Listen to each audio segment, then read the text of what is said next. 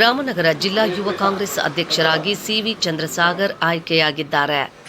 ನಮ್ಮ ನಾಯಕರಾದ ಡಿಕೆ ಸುರೇಶ್, ನೀನಿನ್ನೂ ಯುವಕ ಇರುವೆ, ಜಿಲ್ಲೆಯಾದ್ಯಂತ ಪಕ್ಷ ಸಂಘಟನೆ ಮಾಡುವ ಉದ್ದೇಶದಿಂದ ಸ್ಪರ್ಧೆ ಮಾಡಬೇಕೆಂದು ಹೇಳಿದ ಹಿನ್ನೆಲೆಯಲ್ಲಿ ನಾನು ಚುನಾವಣೆಯಲ್ಲಿ ನಿಂತಿದ್ದೆ.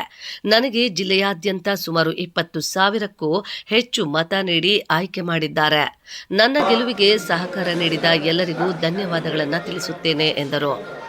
ಮುಂದಿನ ದಿನಗಳಲ್ಲಿ ನಮ್ಮ ನಾಯಕರಾದ ಡಿಕೆ ಸುರೇಶ್ ಅವರ ಮಾರ್ಗದರ್ಶನದಲ್ಲಿ ಯಾವ ರೀತಿ ಸಂಘಟನೆ ಮಾಡಬೇಕೆಂದು ಸಲಹೆ ಪಡೆದುಕೊಂಡು ಸಂಘಟನೆ ಮಾಡುವುದಾಗಿ ಹೊಸದಾಗಿ ಆಯ್ಕೆಯಾದ ಚಂದ್ರಸಾಗರ್ ತಿಳಿಸಿದರು.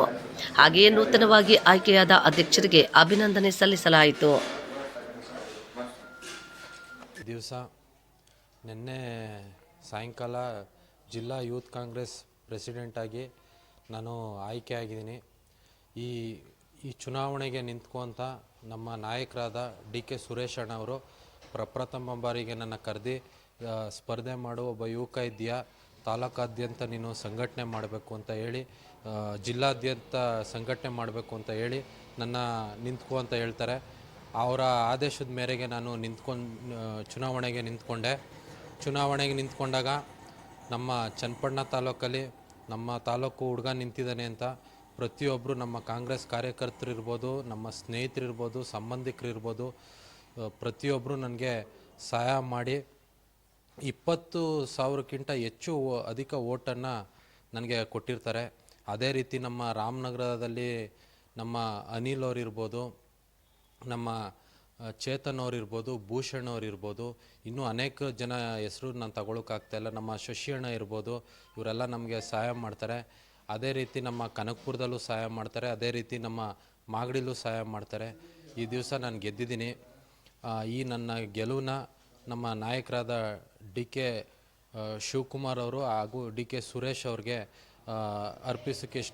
ಸುರೇಶ್ ಅಣ್ಣವ್ರಿಗೆ ಅರ್ಪಿಸೋಕ್ಕೆ ಇಷ್ಟಪಡ್ತೀನಿ. ನನಗೋಸ್ಕರ ದುಡ್ದಂಥ ನನ್ನ ಎಲ್ಲ ಕಾರ್ಯಕರ್ತರು, ನನ್ನ ಯುವಕ ಮಿತ್ರರು ಎಲ್ಲರಿಗೂ ಧನ್ಯವಾದ ಹೇಳ್ತಾ, ಅದೇ ರೀತಿ ನಮ್ಮ ತಾಲೂಕಿನ MLAಗಳಾದ CP ಯೋಗೇಶ್ವರ್ ಅವರು ನಮಗೆ ಭಾಳ ಸಹಾಯ ಮಾಡಿದ್ರು.